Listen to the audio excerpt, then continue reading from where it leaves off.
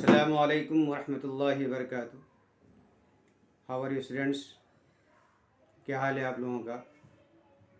उम्मीद करता हूँ कि आप सब आफ़ियत में होंगे। अल्लाह से दुआ है कि हम सब पर अपनी रहमत नाज़िल फरमाए, आफ़ियत का मामला फरमाए। Today we start our new lesson number 9, livelihood. आज हमारा नया लेसन शुरू होगा और उसका नाम है लाइवलीहुड, यानी कस्बे माश। कमाई के ताल्लुक़ से इस्लाम के क्या अहकामात हैं वो आज हम पढ़ेंगे। तो लेसन शुरू करने से पहले अल्लाह के हुज़ूर दुआ कर लें, उसके बाद फिर लेसन की शुरुआत करते हैं।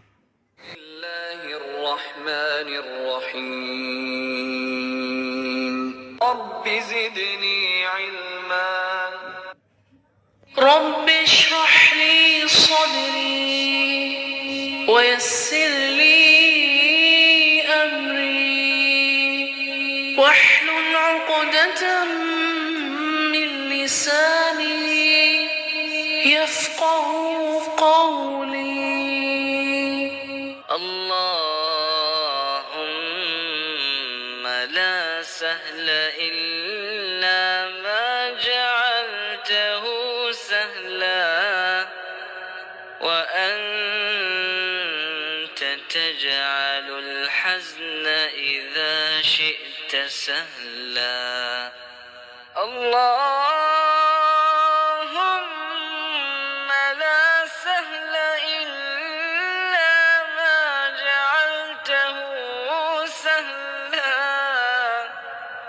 व अंत तजअलुल हज़्न इज़ा शि'त सहला। Lesson number 9, livelihood. Livelihood indicates means of living.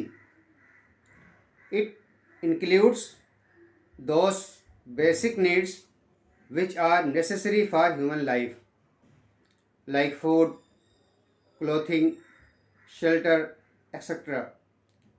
To make efforts to score these requirements is known as earning one's living or livelihood. तो चिल्ड्रन क्या बात समझ में आई कि कस्बे माश जो लेसन हमारा है वो कस्बे माश है। तो कस्बे माश का मफहूम क्या है? कसब के माने होते हैं कमाना, हासिल करना, और माश कहते हैं उन चीज़ों को जो इंसानी ज़िंदगी को बरकरार रखने के लिए ज़रूरी हैं, जैसे खाना, कपड़ा और मकान वगैरह। इन चीज़ों के हुसूल की कोशिश को कस्बे माश या लाइवलीहुड कहते हैं कि इंसान अपनी ज़िंदगी गुजारने के लिए, इंसान अपने आप के वजूद को बाकी रखने के लिए, अपने आप को ज़िंदा रखने के लिए, अपने आप को एक जगह फराहम करने के लिए, एक शेल्टर लेने के लिए, उसके सर पर छत हो, खाने के लिए उसके पास ग़िज़ा हो, रहने के लिए मकान हो, तन ढाँपने के लिए कपड़ा हो, इन सब चीज़ों को कमाना, इसका इंतज़ाम करना, ये कस्बे माश कहलाता है, लाइवलीहुड कहलाता है। अब इस ताल्लुक़ से इस्लाम की हिदायतें क्या हैं, क्योंकि कोई भी शख्स इससे खाली नहीं है। इस पहलू से इस्लाम क्या हिदायतें देता है, क्या कमाया जाए, क्या ना कमाया जाए, क्या चीज़ हमारे लिए हलाल होगी, क्या हराम होगी, और इस्लाम में लाइवलीहुड की हैसियत अहमियत क्या है, ये सब बातें इंशाअल्लाह हम डिस्कस करेंगे लेसन के अंदर। तो लाइवलीहुड यानी कस्बे माश।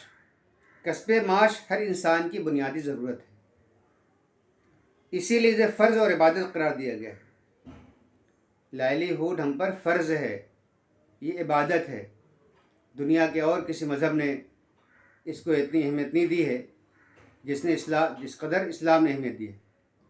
रसूलुल्लाह सल्लल्लाहु अलैहि वसल्लम ने इरशाद फरमाया, अल्लाह के मुकर्रर करदा फ़राइज़ यानी नमाज वगैरह के बाद हलाल रोज़ी कमाना फ़र्ज़ है।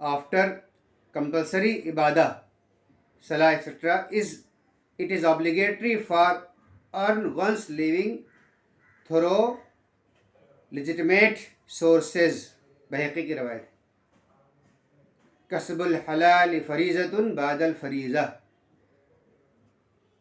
कितनी वाज़ेह हिदायत है कि नमाज वगैरह को छोड़कर तो नहीं, कि जो अल्लाह ने बिल्कुल मुतय्यन कर दी जो ड्यूटीज़, उसके अलावा उनको पूरा करते हुए रोज़ी कमाना फ़र्ज़ है। कुरान मजीद में अल्लाह का इरशाद गिरामी है कि फिर जब नमाज पूरी हो जाए तो ज़मीन में फैल जाओ और अल्लाह का फ़ज़ल तलाश करो। सूरह जुमा वर्स नंबर 10।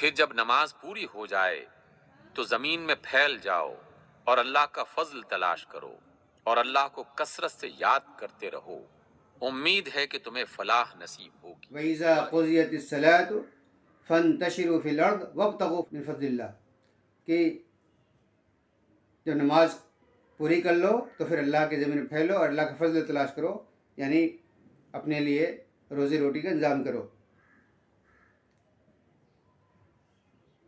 एक मरतबा रसूलुल्लाह सल्लल्लाहु अलैहि वसल्लम एक जगह तशरीफ़ रखते थे कि एक नौजवान आप सल्लल्लाहु अलैहि वसल्लम के करीब से बड़ी तेज़ी से गुज़रा, बड़ी उजलत में बड़ी तेज़ी से जा रहा था, भागा हुआ वो।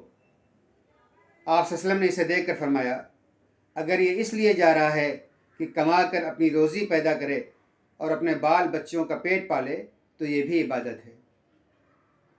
आजकल लोग दौड़ते भागते चले जाते हैं, लोकल ट्रेन छूट रही है, बस छूट रही है, सबका मकसद क्या होता है? ये कि वो जॉब पर पहुँचे, जगह पर पहुँचे और उसके ज़रिए कुछ कमाई करें।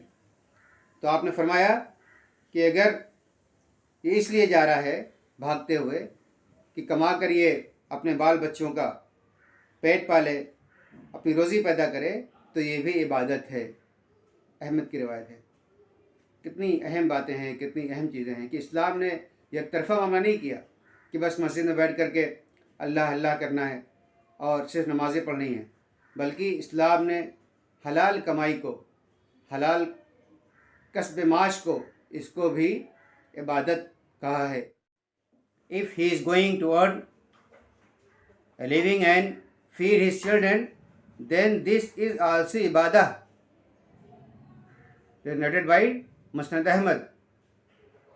नबी सल्लल्लाहु अलैहि वसल्लम ने उस नौजवान को भागते हुए देख कर फरमाया कि अगर ये तेज़ी से इसलिए जा रहा है कि अपनी रोज़ी कमाए, अपने बाल बच्चों को पेट पाले, तो इसका ये जाना भी इबादत है। ये सूरत हाल हम भी अपने घरों में देखते हैं। हमारे स्टूडेंट्स के घरों में उनके पेरेंट्स, उनके फादर, कोई ना कोई उनमें से रोज़ी कमाने के लिए घर से बाहर निकलता है। दौड़ती भागती लाइफ है, दौड़ती भागती ज़िंदगी है। अब ये दौड़ती भागती ज़िंदगी अगर ये हलाल रोज़ी के लिए हो तो ये भी हमारे लिए इबादत बन जाएगी। ये हदीस की रोशनी में बात वाज़ेह हुई। अब आगे किस तरह की कमाई करनी चाहिए, ये है अगला टॉपिक कि मोस्ट ऑनरेबल जॉब। पहले हमने डिस्कस किया लाइवलीहुड एंड ऑब्लिगेशन, और हम डिस्कस करने जा रहे हैं मोस्ट ऑनरेबल जॉब, यानी सबसे बाइज़्ज़त कमाई कौन सी है। साहबा कराम रज़ियल्लाहु ताला अन्हुम ने रसूलुल्लाह सल्लल्लाहु अलैहि वसल्लम से पूछा कि सबसे बेहतर कमाई कौन सी है। आप सल्लल्लाहु अलैहि वसल्लम ने फरमाया, अपने हाथ की कमाई और हर वो कारोबार जिसमें झूठ और ख़यानत ना हो। सबसे बेहतर कमाई अपने हाथों के ज़रिए कमाई करना है। कोई हुनर है, हाथ के ज़रिए कोई अपने इस्तेमाल करके उसके ज़रिए कुछ अर्निंग हो रही है वो, या फिर कोई कारोबार, कोई बिजनेस जिसमें झूठ ना हो और ख़यानत ना हो। एक दूसरे मौके से रसूलुल्लाह सल्लल्लाहु अलैहि वसल्लम ने फरमाया, कभी किसी ने अपने हाथ की रोज़ी से बेहतर कोई खाना नहीं खाया। हैंड वर्क, अपने हाथ के ज़रिए कमाना, अपनी मेहनत से कमाना। आपने फरमाया कभी किसी ने अपने हाथ की रोज़ी से बेहतर कोई खाना नहीं खाया। यही वजह है कि अल्लाह के नबी हज़रत दाऊद अलैहिस्सलाम अपने हाथों की मेहनत से कमाई हुई रोज़ी खाते थे। ये बुखारी शरीफ की रिवायत है। प्रॉफिट दाऊद अलैहिस्सलाम used to work with his hand to earn his living. हज़रत दाऊद अलैहिस्सलाम, जिनको बादशाह बनाया अल्लाह ताला ने, और एक अजीम सल्तनत की, लेकिन ख़ुद उनका मामला ये था कि वो अपने हाथों की मेहनत की कमाई हुई रोज़ी खाया करते थे। एक बार रसूलुल्लाह सल्लल्लाहु अलैहि वसल्लम की खिदमत में एक सहाबी रज़ियल्लाहु अन्हु आए और आप सल्लल्लाहु अलैहि वसल्लम से कुछ मांगा। आप सल्लल्लाहु अलैहि वसल्लम ने दरियाफ़्त फरमाया, तुम्हारे घर में कुछ सामान भी है? सहाबी रज़ियल्लाहु अन्हु ने कहा, या रसूलुल्लाह सल्लल्लाहु अलैहि वसल्लम, सिर्फ 2 चीज़ें हैं, पूरे घर में सिर्फ 2 चीज़ें हैं। एक टाट का बिछौना है जिसको हम ओढ़ते भी हैं और बिछाते भी हैं। टाट का बिछौना, टाट गोनी जो हम लोग देखते हैं, बोरिया, तो उनका टाट का बिछौना है जिससे हम ओढ़ते भी हैं और उसी को बिछाते भी हैं। और पानी पीने का एक प्याला है। थोड़ा सा रुक करके सोचिए कि ये उस सहाबी की कंडीशन थी, गरीबी की किस सतह पर थे वो। घर में कोई सामान नहीं, बिस्तर कुछ नहीं, बर्तन कुछ नहीं, किसी तरह कोई सामान नहीं, और सिर्फ पानी पीने का एक प्याला और टाट का एक बिछौना है। जो लोग भीख मानते हैं, जो लोग भीख के लिए हाथ फैलाते हैं, उनके लिए बड़ी इबरत है इसके अंदर, इस वाक़े के अंदर। घर में टीवी है, फ्रिज है, बहुत सारी चीज़ें रखी है, मौजूद हैं, लेकिन लोग दूसरों के हाथों आगे हाथ फैला देते हैं। तो नबी करीम सल्लल्लाहु अलैहि वसल्लम से जब उन्होंने कुछ मांगा तो आप सल्लल्लाहु अलैहि वसल्लम ने क्या पूछा उनसे कि तुम्हारे घर में कुछ है? और ज़ाहिर बात है कितने गरीब थे, कितने ज़्यादा गरीब थे कि सिर्फ 2 ही सामान घर में था, एक पानी का प्याला और एक टाट का बिछौना। आपने फरमाया दोनों चीज़ें मेरे पास ले आओ। सहाबी रज़ियल्लाहु अन्हु दोनों चीज़ें लेकर हाजिर हो गए। आप सल्लल्लाहु अलैहि वसल्लम ने वो दोनों चीज़ें 2 दिरहम में नीलाम कर दी। 2 दिरहम, दिरहम वहाँ 1 रुपया, जैसे हम रुपया इस्तेमाल करते हैं वैसे अरबों के यहाँ दिरहम इस्तेमाल होता है।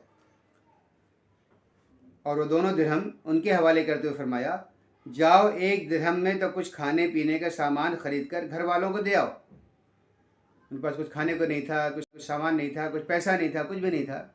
वही 2 चीज़ें घर के कुल सामान थी, और इन 2 चीज़ों को आपने मंगवा करके फ़रोख्त करवा दिया, नीलाम करा दिया 2 दिरहम के अंदर।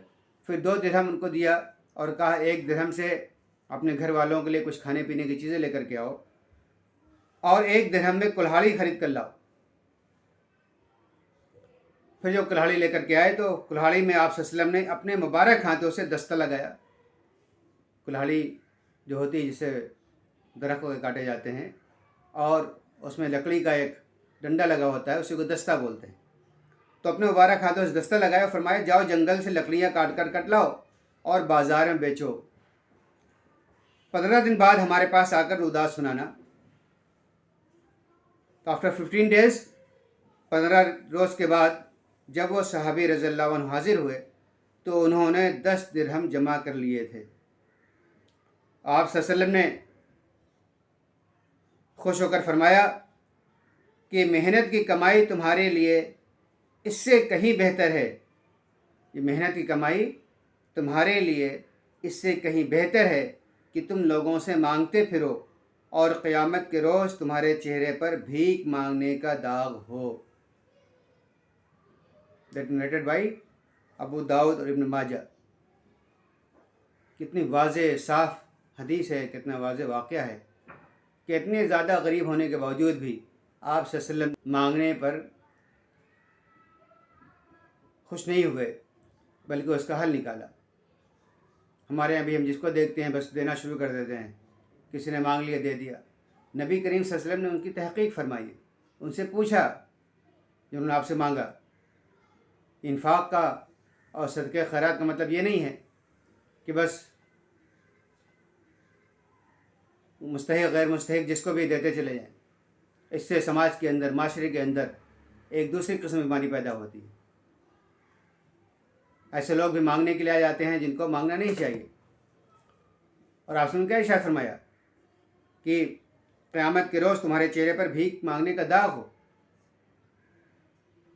एक दूसरे मौके पर आपने फरमाया कि फ़कीर बग़ैर गोश्त के, उसके चेहरे पर गोश्त नहीं होगा क़यामत के रोज़, मांगने वाले के चेहरे पर, जो बिला ज़रूरत के मांगे।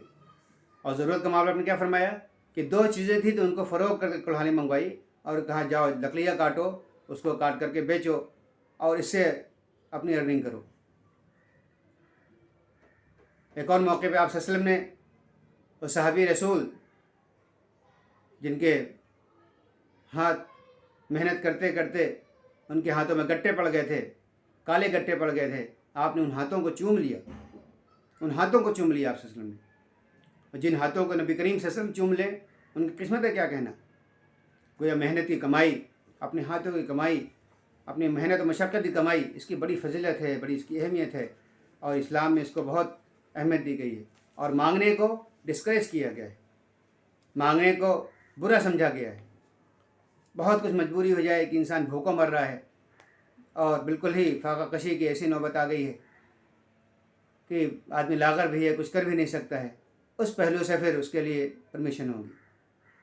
लेकिन आज हमारे माशरे के अंदर हट्टे कट्टे नौजवान, हट्टे कट्टे लोग, अच्छी खासी औरतें बुर्क़े में मलबूस, और कोई उज़्र नहीं है, कोई मसला नहीं है, घर के अंदर टीवी भी मौजूद है और सारे आशीषें मौजूद हैं, लेकिन एक पेशवाराना तरीक़े से मांगने निकल जाते हैं। इसकी इस्लाह की ज़रूरत है, इसको सही करने की ज़रूरत है, मांगने के ताल्लुक़ से भी और फिर कमाई के ताल्लुक़ से भी।